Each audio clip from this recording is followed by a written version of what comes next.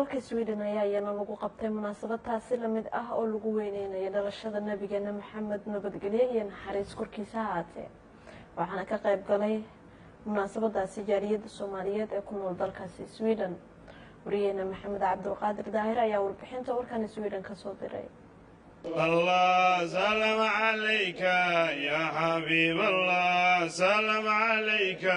محمد نبي سلام عليك xaflad lagu maamuusayay wiilata xuska dhaashaa nabigeena suuban nabadgelyo xayse korkiisa ahaatee ee soo qaban qaabiyeen jamiicada ahlusunna wal jamaaca magaalada Stockholm ayaa lagu qabtay hoolka weynta Straf ee magaalada Stockholm ihtifaalkaas oo si qurban loo soo agaasimay ayaa waxa hoolka lagu qabanayay soo buuxdhaafiyay boqolaal dadweyne kuwaas oo dhageysanaya sirada nabigeena suuban nabadgelyo xayse korkiisa ahaatee iyo muxaadarooyin diin ah oo ay soo jeedinayaan qaar ka mid ah culimada Soomaaliyeed habeenkii rasuulka dheelmiyay sallallahu alayhi wa sallam ee laga qaaday Makka meesha ku dhashay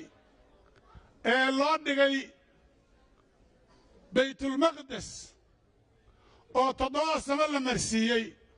oo meel Ilaahay ugu tala galay in lagu ikraamo rasuulkeena salawaatullaahi wa salaamuhu alayhi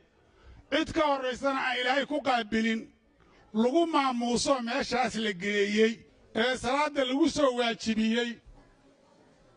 maanta waa maalin weyn waa maalin Ilaahay subxaanahu wa ta'ala uu noo qadaray inaynu isugu nimaano ka waranka iyo isfahansiinta arkaanta diinka midda ugu weyn waa maalin aanu astaynay inaanu xusuusanno dhalashadii nebi Maxamed sallallahu alayhi wa sallam waa maalin ku habboon qof walba inuu khushuuco oo ixtiraamo nebi Maxamed sallallahu alayhi wa sallam siiradiisa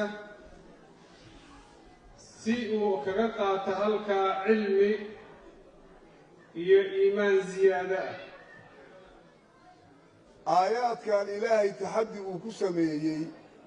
markii qolooyinkii gaalada ah quraanka ay beeniyeen leeyri nabigu mucjizadan buu la yimid markii xataa laga soo kaco mucjizooyinka kale oo maadiga ah mucjizada quraankuna waxa weeye mucjizatun cilmiyatun aqliya weeye waa mucjizo ku saabsan aqoon bay ka hadlaysaa waa mucjizo basharka iyo bini aadamka garaadkiisa la hadlaysa mucjizo waxyaalo badan kulmisay weeye marka waxaa la yidhi haddii aad nebigan beeninaysaan nebigaani mucjizadan buu wataa ee Ilaahay uu siiyey bal la imaada markii ugu horreysay taxaddigu wuxuu ku dhacay quraanka oo dhan buu ku dhacay oo Ilaahay wuxuu yidhi suuratu tuur Ilaahay wuxuu ku yidhi أم يقولون تقوله بل لا يؤمنون فليأتوا بحديث مثله إن كانوا صادقين محمد قادر الداير وربعين تقارن كصوماليات ستوكهولم سويدن